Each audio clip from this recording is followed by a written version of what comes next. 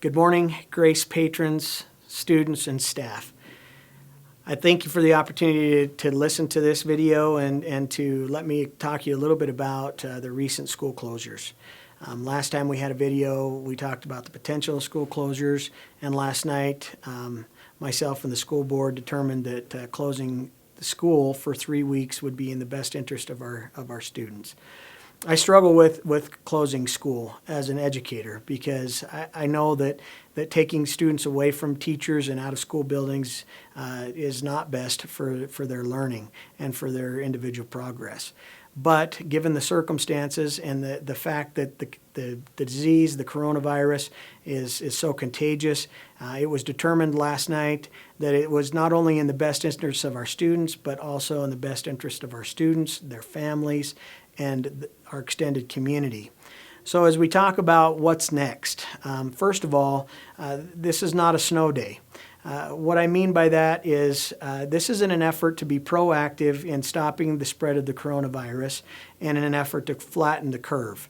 What that means is that if we reduce the number of exposures, potential exposures to those that may be infected with the disease, that then we reduce the number of daily cases that are confirmed, which then will lessen the impact on our community.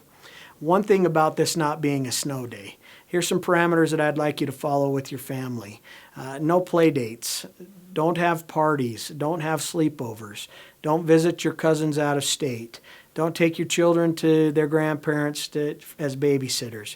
As we try to protect those that are most at risk, we put these parameters in place in an effort to reduce the rates of exposure. So please do that. Please be aware. And as parents, please govern that activity and help your students understand why that's so important.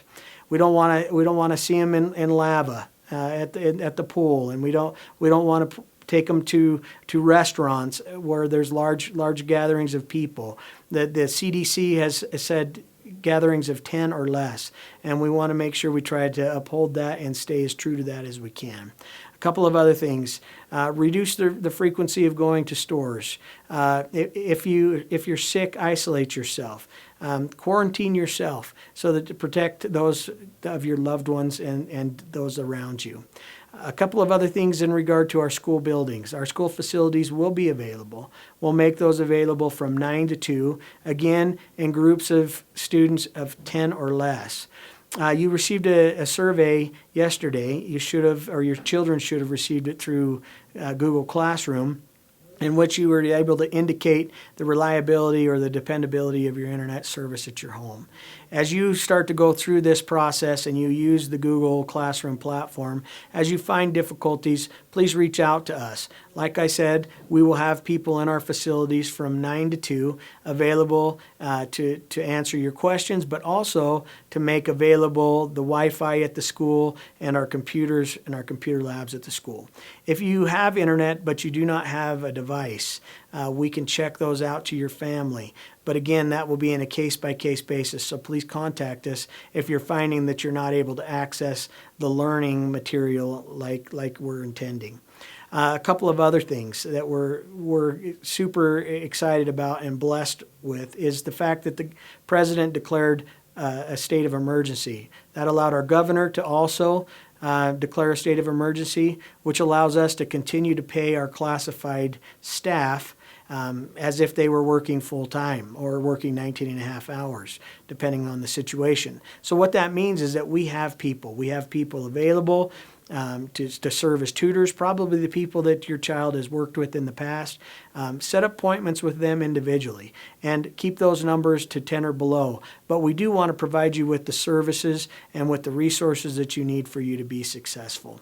As an educator, I look at this and I say this might not be the best case scenario, but then again, it really might be awesome. As we form a new learning community, you and your families as a learning community, as you get involved with your students in helping them with their work and also expanding. You know, we have a wonderful place that we live. We can go out and explore the ecosystem, and we can explore the solar system, and we can do it in real time. And we can do some activities that maybe we wouldn't do because we were limited in time as teachers as we're trying to cover our curriculum. Now we can go deeper and richer in those experiences as a family. So that new learning community brings with it some excitement. In all situations, there's obstacles, but we need to look for the opportunities in those obstacles. I would encourage you to, as a family, look for opportunities to serve. Lift where you stand. Help your students value education by example and value service by example as they look for opportunities with their neighbors or other people in this quarantine state that might need help. And so I'd encourage you to do that. A couple of other things that we're doing. Breakfast and lunch will be provided through the school district. Mrs. Oppelnop and her staff, they're awesome, and they're continuing to work through this break. So they will make available for students in our district ages 1 to 18 during the closure to receive lunch and breakfast. Those meals will be available by pickup, so we will make them available at the turnaround at Thatcher Elementary, as well as at the high school, at high school parking lot at Grace High School, in the student parking lot. So in order to get those lunches and breakfasts, the student that is going to be using those or eating those lunches or breakfasts have to be there in order for you to get them. But we will make those available. Also, those meals have been prepared under the guidelines of the Idaho Child Nutrition Department as well as the USDA. Mrs. Oppelnop and her people have been very, very gracious in their willingness to go ahead and continue to provide those meals.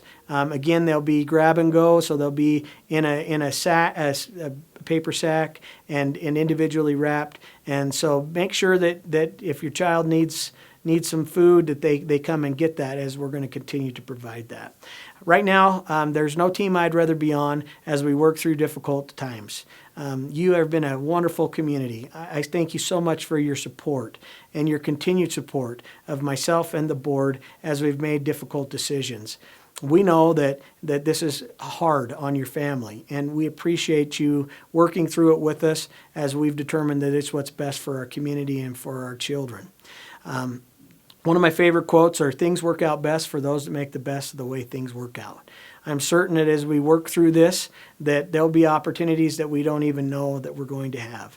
And I'm certain that it's going to work out for the best of our community and for the best of our children. Again, thank you so much for taking the opportunity to watch this video. And please don't hesitate to contact us at the district office with any questions or concerns. Thank you.